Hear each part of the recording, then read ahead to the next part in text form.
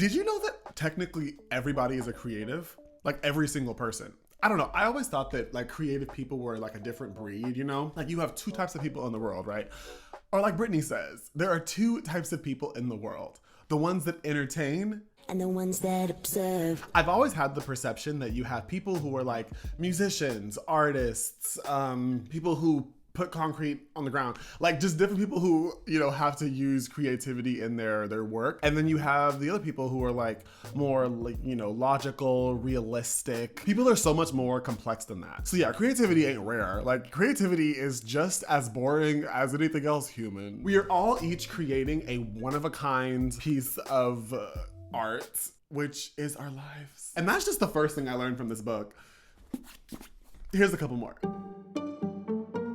Sometimes when I really sit down and think about it, it is insane to me how we will get the most incredible, fantastic, like life-changing ideas and then just be like, meh, I'll get to it later. All of our ideas have a life of their own. They're not just gonna sit around waiting for you to decide, you know, when you want them again. Like they are constantly in search of the person that is going to take advantage of them and bring them into reality. And if you don't grab that idea like by the horns and like pour your entire being into it and actually bring it into reality, I promise you, the idea will move on and find somebody else who will. Think of it like this. The universe is basically playing its own like messed up game of hot potato. The potato is basically an idea, a life-changing concept that it basically tosses to you to see what you do with it. And if you're too slow or you got better things to do, then guess what? That potato is gonna leave your hands and jump into somebody else's. And it's gonna be named somebody like Steve. And guess what? Steve is not gonna sit on that potato. Steve is going to grab that potato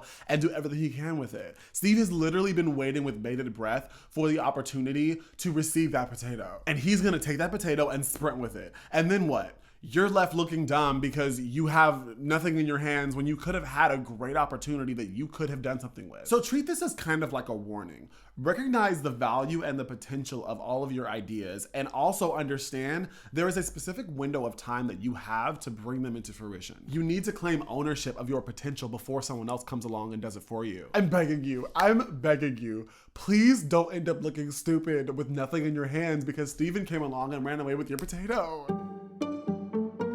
You gotta get out more. You gotta get out and start doing some stuff. I think we underestimate as people just how much our environment impacts us creatively. We need to be able to be completely uninhibited when it comes to our creativity because that is when like we really can manifest the best examples of ourselves. And that's really when our creative spark starts to shine. Now, when you're trying to find a location or an environment that really benefits you creatively, it really depends on what you're looking for. Like if you're trying to write a book, say, that's about, you know, like if you're trying to create a book that's like, the topic is like philosophy and you're trying to get into like these super deep concepts about the universe and like you really want to collect calls from the universe specifically, you probably should be in a place that is like super open and like alone, like the woods. But if you're trying to write a book, say about like the human experience, for example, and why people do what they do and different things, then it might benefit you more to actually go to say like a Starbucks or even like a McDonald's or like a, I don't know, a Jack in the Box. Allow the collective energy to inspire you. Your environment, while it also includes, you know, your phone and the place that you are physically at, it also can include your meat bag, like yourself. Don't let your inner saboteur come in and tell you that you are not everything that you know you are. I can't tell you how many times that I've sat down to like record a song or edit music, because that's my thing or whatever, and I've been like, you suck. What are you doing? You don't have the talent to be doing this. If you don't go do something else, like go watch TV. Like you don't have the range for this. There are going to be times where you tell yourself that you're not talented enough, you're not good enough or whatever to take something that's in your mind and just create it and make it a physical thing in reality. The worst thing that I do for myself is I love telling myself that if something is not successful or like doesn't have the possibility of being successful or go viral or whatever, then it's not worth creating. And that's ridiculous. Or even worse, I'd be telling myself that if someone else is better than me, then what's the point? Let me tell you something, or let me tell me something, honestly.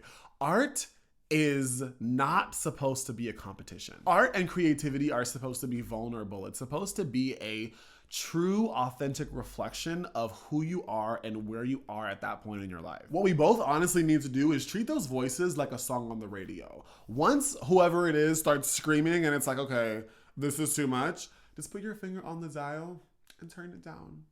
Don't let those voices get in your way, girl. We got this.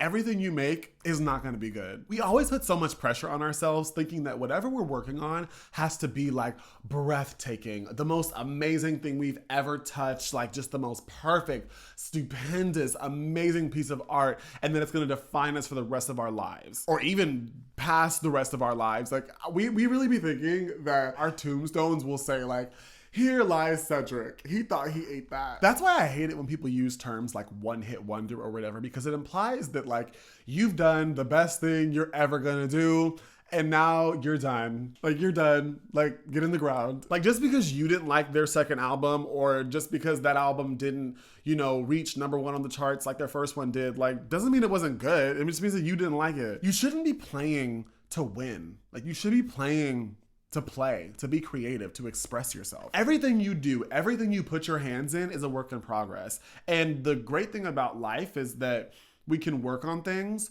learn new things, and then use that to then improve the next thing. And one of the best parts about being creative is you get the freedom to take different things that you like, mix it around like spaghetti, and find the conclusion that you're happy with. Think about it like this. Like say you're a digital artist, right? And your favorite pictures or whatever to draw are of Pikachu's eating salads in a field. You draw and you draw and you draw and you're posting all of your work online, and then eventually one of your posts ends up hitting 100,000 likes. Then you get scared. And you're like, you know what? I'm not gonna make anything. I'm nervous to post anything else because the next thing that I do, what if it doesn't hit 100,000 likes? Like, what am I gonna do then? I'm gonna look at you and be like, okay, fine. Don't make anything else. Don't be creative. Do not put a pen to paper. Never draw a Pikachu ever again. Doesn't that sound dumb? Your potential and the things that come out of your mind are way too good for you to only want to access them if everyone else likes them as much as they like your last thing. Like, stop. You can't rely on external validation when it comes to your art. You are always going to be happier creating than not creating. And like your desire to create has to be bigger than your fear of the outcome of your creations. And if it's not, it is going to suck the joy right out of you like a vacuum sucking lint out of your stained carpet. We gotta stop trying to take shortcuts. We are all on a journey for a reason, and every step counts. Just because you win the lottery doesn't mean you know how to use that money. It's gonna be gone tomorrow. Just because you can build your house in 2 days, don't mean it's not gonna blow over when you sneeze. I think as artists, it's so easy for us to fall for the trap of thinking that our future should be coming faster than it is. Especially if you've been working on your craft for years and years and years, you start to feel like, man, like when is it gonna happen? And you get more enticed to start taking shortcuts or trying to cut corners to get to where you wanna go. It makes it even worse when you look around at everybody else and it feels like everybody's got what you want. Everyone's got the money, everyone's got the followers, everyone's got the likes or whatever. Everyone is where you are trying to be, and it took them half the time. Like, don't even get me started on the 9-year-olds who are like, yeah, my net worth is $9 billion. Every single one of us started from a different place, and every single person is going to have a different set of consecutive experiences that result in where their life is now. Which means that every single one of us has our own flavor of gumbo that is, it all tastes different. There's no way to create the gumbo that tastes exactly like someone else's. I mean, recipes, but do you know what I'm trying to say? You trying to mimic someone else's success, like it's only gonna hurt you in the long run. For me, I think this is the tip or the chapter in the book that really resonated with me the most, like deeply, like deeps in the depths of my gut. I would say 2024 is the first year of my life that I truly feel zen. Yeah, of course there are goals and there are things that I want to hit and, places I want to get to, but overall, like, I'm good. Like, I can create things, I can make videos, I don't feel like I'm trying to run away from whatever happened in my past, and I don't feel like I'm trying to skip over the steps that I need to take to get to where I'm trying to go. There is something so calming and relaxing about just being patient with your own journey and developing in the way that is most faithful to who you are meant to be as a person. And like say you start, like you make a snowball at the top of it, like an avalanche. Avalanche, earthquake. Say you make a snowball and you go to the top of a hill and you put it down and you let it roll. As it rolls, it gains momentum. Every single roll, Hawaiian butter rolls, every single roll, the snowball gets faster and faster, and every piece of snow that it picks up along the way is necessary to create this bigger snowball, you know? Hopefully you're not at the bottom of that mountain, but like, you know, at the end, there's this big snowball that just, you know, makes an impact. And that's kind of how I think of us. If we skip any steps along the way, it completely robs us of our end goal, like our huge, like, you know, moment where everything we've worked for completely blossoms into this huge field of flowers full of bees. Save the bees. Like, just stop trying to make great happen. You're never gonna make great happen. And great just happens. Success is literally one of the most wishy-washy fake concepts that I've ever heard in my life. I think we as a collective, like as a society, have cemented this idea that success is like how much money you got, how popular you are, like if you can afford that Benz or the Tesla, or if you got flight status. You're hurting yourself, like darting around constantly looking for everyone else's idea of success, when honestly, success is whatever you say it is. Like, for example, for me, success is when I finish a project. Like, I've been working on something for days, weeks, whatever, and then I'm like, you know what? I ate that. This is done. And then you put it out into the wild and let everyone, you know, do what they do with it. That is my personal idea of success. Now, once you release it, then you're basically inviting everyone and their mama to give you their opinions and whatever about what you did and how they feel about it. But to be honest, like, that ain't got nothing to do with you. Now, that doesn't mean that you can't, you know, strive for certain milestones. Like for me, at some point, I think it will be super, super cool to win a Grammy or something. That will be incredible, and have like an acceptance speech and be up there like, I just want to thank the Academy and like my mom and whatever. But you can't make that your everything. You can't put your all into that, because what happens when you put your all into that? Like that is your idea of success, and then you never get it. Or even worse, what if you get it and you think that's gonna like make your life and cure your depression and whatever, and it doesn't? Then what? Then you're just sad. You're just a sad person and you're hopeless. So there is a quote that I love. This quote is like one of my favorite ones in life, and it is said by the infamous, the songstress, the diva, Miss Mariah Carey, pictured here, and it goes a little something like this. I'll do the best I can with what I got.